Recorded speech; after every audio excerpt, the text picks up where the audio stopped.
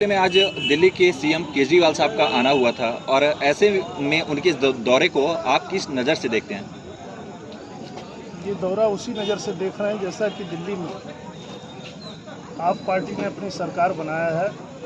और विकास के नाम पर केंद्र सरकार के नाम पर रोना रोटी। मात्र 400 मीटर रोड शो करके इस सिंगरौली की जनता को जो संदेश देना चाहते थे वह संदेश हम भारतीय जनता पार्टी के कार्यकर्ता लगातार अपने अपने वार्डों के स्तर पर, बूथ स्तर पर जा कर के हमेशा सालों यह काम करते हैं। हमारे माननीय मुख्यमंत्री जी का आगमन कल मोरवा के सब्जी मंडी में और साथ ही बैढ़न के रामलीला मैदान में होने जा रहा है। हम भारतीय जनता पार्टी के कार्यकर्ता लगातार अपनी योजनाओं के माध्यम से अपने आम जनता के बीच में जाते रहते हैं। हम इस बात को दावे के साथ कह सकते हैं कि कल माननीय मुख्यमंत्री जी के आगमन के बाद इस क्षेत्र जो कि हमारा सिंगरौली जिला एक भारतीय जनता पार्टी के गढ़ के रूप में देखा जाता रहा है। भारतीय जनता पार्टी का एक एक कार्यकर्ता इस क्षेत्र की आम जनता जनार्दन यह मान चुकी है, यह समझ चुकी है कि इस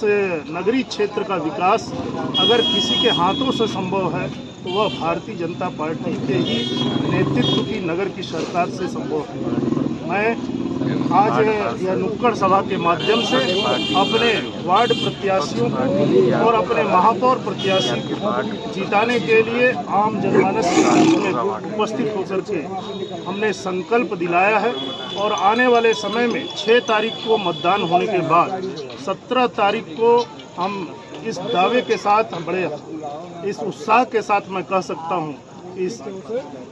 नगर निगम के 4500 वार्ड के पार्षद के साथ साथ हम अपना महापौर प्रत्याशी भारतीय जनता पार्टी का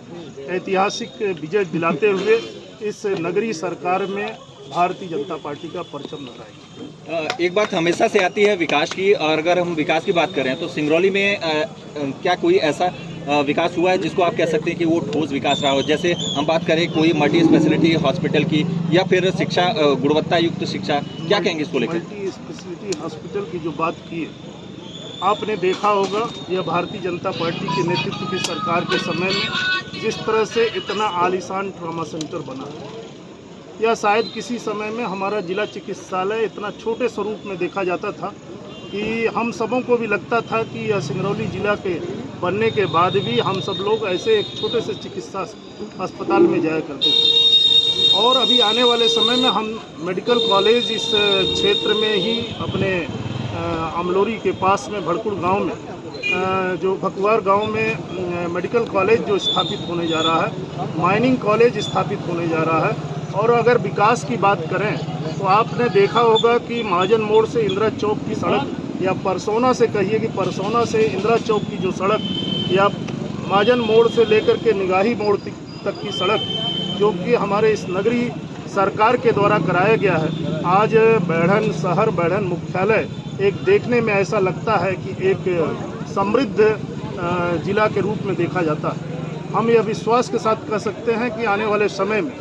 इस पूरे रूट प्लान को, सिटी प्लान को बनाते हुए भारतीय जनता पार्टी के नेतृत्व में इस सिंगरौली जिले का जो भी बचा खुचा विकास है उसको भी पूर्ण करेगा। मेरा आपसे आखिरी सवाल है प्रदूषण को लेकर। सिंगरौली जिला जो है प्रदूषण के मामले में काफ़ी ज़्यादा हाईलाइटेड रहा है और पिछली दिवाली में यहाँ पर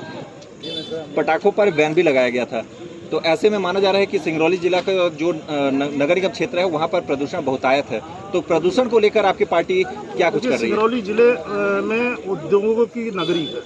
यह एनसीएल एनटीपीसी का बेल्ट है और विभिन्न तरह की ओवरबर्डन कंपनियां जो कि यहाँ पर कार्यरत हैं। हमारा यह प्रयास है, हमारी सरकार का यह प्रयास है कि हम बहुत ही जल्द इसको ट्रांसपोर्ट की रोड जो है बाईपास रोड बनाने जा रहे हैं, जिसकी स्वीकृति भी प्राप्त हो चुकी है।